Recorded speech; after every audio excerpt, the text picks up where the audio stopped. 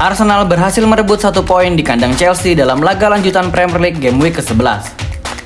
Namun, beberapa hari setelah pertandingan Chelsea versus Arsenal di Stamford Bridge, timeline sosial media meributkan tentang Kai Havertz yang telah dibu oleh fans Chelsea. Fans Arsenal mengeluarkan narasi, fans Chelsea tidak tahu diri karena melakukan bu kepada Kai Havertz. Menurut fans Arsenal, pemain yang berjuluk El Clemmer inilah aktor utama yang memberi gelar kedua UCL untuk Chelsea. Fans Chelsea harusnya menghormatinya, bukan justru malah membunya. Setelah narasi tersebut, muncullah komentar-komentar balasan dari fans Chelsea. Apakah yang terjadi sebenarnya antara Havertz dan Chelsea? Apa alasan fans Chelsea membu Havertz? Mari kita ulas sebagai berikut.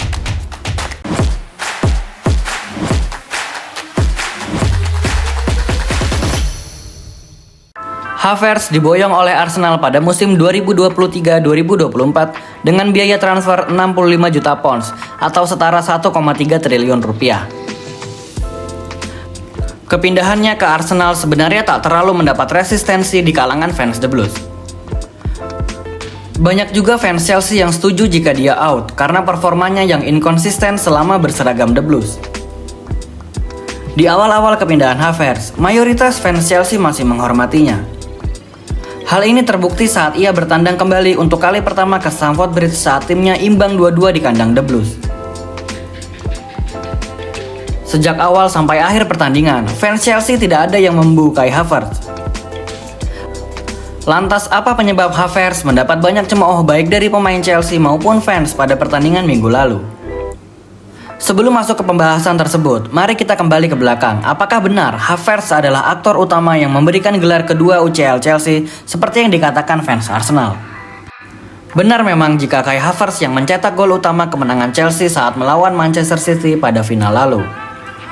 Namun sebenarnya, N'Golo Kante lah sosok utama yang membawa Chelsea juara UCL pada saat itu.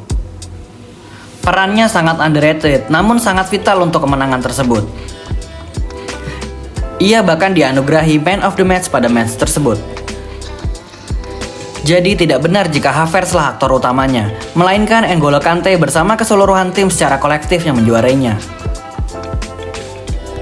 Kembali ke pembahasan, apa penyebab Havertz dibu dan dalam tanda kutip diincar oleh para pemain Chelsea pada pertandingan minggu lalu? Menurut analisa kami, problem pertama Havertz mulai dibenci oleh fans Chelsea terjadi karena aksi selebrasinya saat Arsenal membantai Chelsea 5-0 di Emirates Stadium. Lalu ditambah komentarnya mengenai UEFA Champions League. Ia mengatakan bahwa menang UCL bersama Arsenal akan terasa lebih manis dibandingkan menang UCL bersama Chelsea. Tentu komentar-komentar seperti ini tak seharusnya diucapkan oleh Havertz. Coba ingat-ingat kembali, apakah ada ex pemain-pemain Chelsea yang berkomentar sinis kepada Chelsea? Sepertinya tidak ada, ataupun jika memang ada, itu pun tidak akan banyak. Havertz seharusnya berkaca kepada Rudiger. Ia sangat menghormati tim lamanya dan selalu menceritakan yang baik-baik mengenai Chelsea. Keadaan memuncak saat ia berselebrasi kepada publik Stamford Bridge. Sesuatu yang sangat tidak penting dan bahkan golnya pun dianulir karena offside. Sekarang kita bandingkan dengan para pemain lain yang memilih untuk tidak berselebrasi setelah mencetak gol ke gawang Chelsea. Contoh saja Kovacic dan Willian. Kami rasa inilah penyebab Havertz menduduki list pertama pemain yang paling dibenci oleh fans Chelsea saat ini. Sebenarnya perpindahan Havertz ke Arsenal bukanlah kali pertama. Di masa lalu banyak sekali pemain-pemain yang hijrah dari London Biru ke London Merah. Mulai dari William Gallas, Ashley Cole, Olivier Giroud, Willian, David Luiz, dan yang paling terbaru adalah Raheem Sterling. Yang paling diutamakan oleh pemain-pemain ini ketika berjumpa satu sama lain adalah attitude di atas lapangan. Contoh ketika Fabregas bertandang ke Arsenal saat ia berseragam Chelsea. Di sepanjang pertandingan, ia mendapatkan bu dari supporter Arsenal. Namun karena ia berattitude baik saat di atas lapangan, tiba saat ia diganti oleh pemain lain, ia mendapatkan tepuk tangan yang meriah oleh publik Emirates Stadium. Dan ini adalah gestur yang baik dan perlu dicontoh oleh pemain-pemain era sekarang. Berbanding terbalik dengan kasus Havertz saat pertandingan melawan Chelsea minggu lalu. Begitu banyak momen ia layak mendapat sorakan oleh para fans Chelsea. Mulai dari aksi divingnya. Lalu aksi protes ke wasit. Lalu adu mulut dengan para pemain Chelsea. Dan puncak momennya adalah ketika ia berselebrasi saat mencetak gol yang dianulir. Ada satu momen yang jika dimanfaatkan oleh Havertz untuk balas dendam kepada Chelsea akan menjadikan momen yang sangat memorable. Ia hampir memiliki aksi yang paling epik jika saja Trossard tak menghalangi aliran umpan ke arahnya.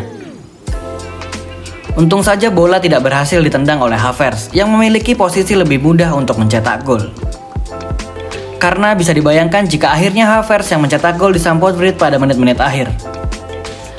Timeline sosial media akan menggila selama 2 pekan berturut-turut rasanya. Untuk menutup episode kali ini sekaligus kesimpulan akhir dari video. Sebenarnya sorakan dari supporter adalah hal yang wajar dilakukan oleh fans. Yang tidak boleh kita lakukan adalah komentar-komentar rasis dan hate comment secara personal kepada para pemain tertentu. Karena pada akhirnya, kita hanyalah fans layar kaca saja yang menikmati setiap pertandingan Chelsea tiap pekannya. Dan untuk Havertz sendiri, terima kasih atas jasa-jasamu selama berseragam The Blues. Havertz akhirnya bisa bermain bagus tanpa Chelsea, dan Chelsea pun juga bisa bermain bagus tanpa adanya Havertz. Keduanya sedang menjalani performa yang bagus musim ini. Semoga Havertz memiliki karir yang lebih baik, asalkan tidak sebaik bersama Chelsea. Thank you yang udah nonton episode kali ini. Jangan lupa like, comment, dan subscribe. See you di video selanjutnya. Keep the blue flag flying high.